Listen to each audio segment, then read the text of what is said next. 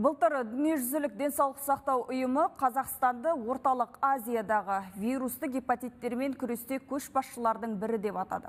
Дүниежүзілік денсаулық сақтау ұйымы деректері бойынша вирустық гепатит өлімнің екінші маңызды инфекциялық себебі болып отыр. Жыл сайын әлемде Б гепатитінен 1,2 миллионға жуық жаңа жағдай және С гепатитінің 1 миллионға жуық жаңа жағдай тіркеледі. Қазақстандағы жағдай қандай? Мұны ұлттық ғылыми онкология орталығының онкогепатология және гастроэнтология секторының аға ординаторы Маржан Жанасбаевадан білсек. Маржан ханым, қайырлы таң, бізді естіп жатырсыз ба? Қайырлы таң. Жаңа әлемдегі ахуалды сөз еттік. Статистика көңіл көншітпейді әрине.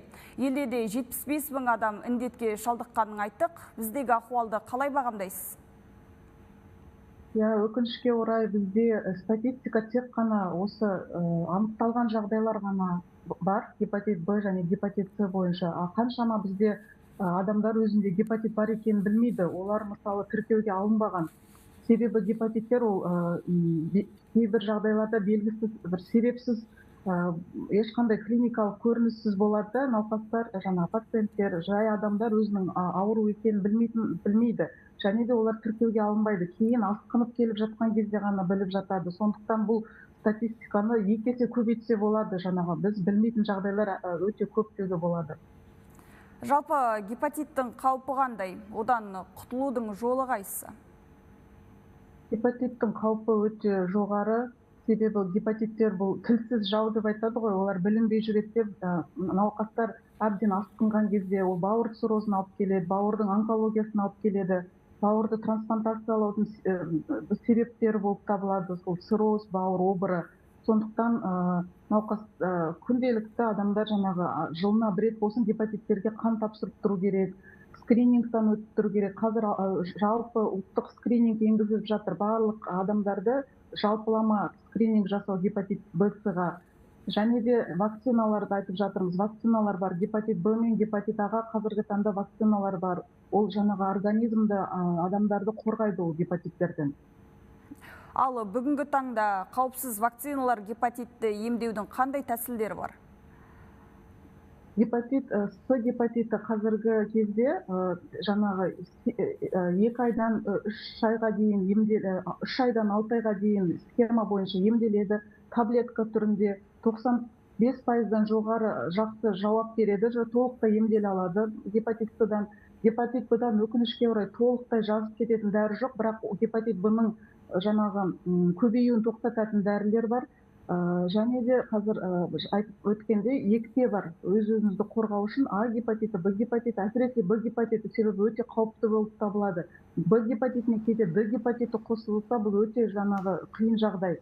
Емі біз айтқандай нақты 100% кетіретін гепатит Б-ны ем жоқ, бірақ тоқтатып тұратын, вирусты тоқтатып тұратын дәрілік заттар бар Қазақстанда. Гепатит С гепатитіне де бар. Толығымен емдейтін дәрілер жоқ деп айттыңыз, иә? Ал ауруды алдын алу керек деп жатамыз. Гепатитке ұшырмаудың алғы шарты қандай? Адам нені ескеру керек осы дертке ұшырамас үшін? Жоқ, гепатиттің толықтай емі бар. С гепатиті, Б гепатитін жайлы айтып жатырмын. Алдын алу шарттары қандай? Жаңағы біз айтып жатырмыз ғой, жұғу түрлері әртүрлі гепатиттің, мысалы А мен Е гепатиті жаңағы дұрыс санитарлық жағдайлар сақталмаған жағдайлар су арқылы, тамақ, сондай лас су арқылы жұғады. Сондықтан міндетті түрде қолды жуып, санитарлық жаңағы өнделген суды таза су ішіп, сондай жаңағы алдын ала оны жұқтырмаудың жолдары бар. Ал Б, С гепатитін жұқтырмаудың жолдары, ол жаңағы Б гепатитіне екпе бар дедік. Және де ол қалай жұғады? Кейбір кезде әртүрлі дұрыс өнделмеген құралдар арқылы, маникюрлік құралдар, пирсинг, тату дейміз, сондай салондардан мүмкін жұқтырып алуы мүмкін. Сондықтан міндетті түрде өз жаңағы жеке басыңыздың гигиенасын сақтаңыздар, және де салонға барғанда міндетті түрде жаңағы залалсыздандырған құралдар сізден көзіңізше ашылу керек, оны залалсыздандыратын аппараттар болу керек сол жаңағы мекемеде. Сондай жағдайларға көңіл бөлулеріңіз керек, және міндетті түрде скринингтан өту керек. Ал гепатитке қарсы вакциналау адамды өмір бойы қорғай ма? Әлде белгілі бір уақыт өткен соң қайта қабылдау қажет пе? Негізінде біз жаңағы вакцина кейде Вакцина алғаннан кейін ол адамды қорғайтын антиденелер пайда болады организмде. Ол гепатит Б-дан мысалы сіз 10 жылдан асып кетсе, бұны алғаныңызда қан тапсырып көре аласыз. Егер ол жаңағы сізді қорғайтын антиденелердің мөлшері аз болса, сіз қосымша тағы бір вакцина ала аласыз. Кейбір адамдарда ол деңгейі жоғары болып тұрады, қайта вакцинация жасап керек емес. Ал мысалы кейбір адамдардікі төмендеп кетеді, ол кісілерге қайталап бір вакцина алу керек болады.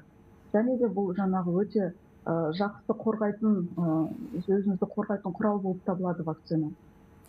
Жалпы Қазақстанда гепатитке қарсы дәрі-дәрмектер мен емдеу шаралары мәмс немесе тегін медициналық көмектің кепілдік берілген көлем аясында тегін беріле ме? Оның тәртібі қандай? Бізде Қазақстанда гепатит Б, гепатит С дәрілер тегін беріледі. Емханаларда жаңағы учетқа алған науқастарға тегін дәрілер беріледі.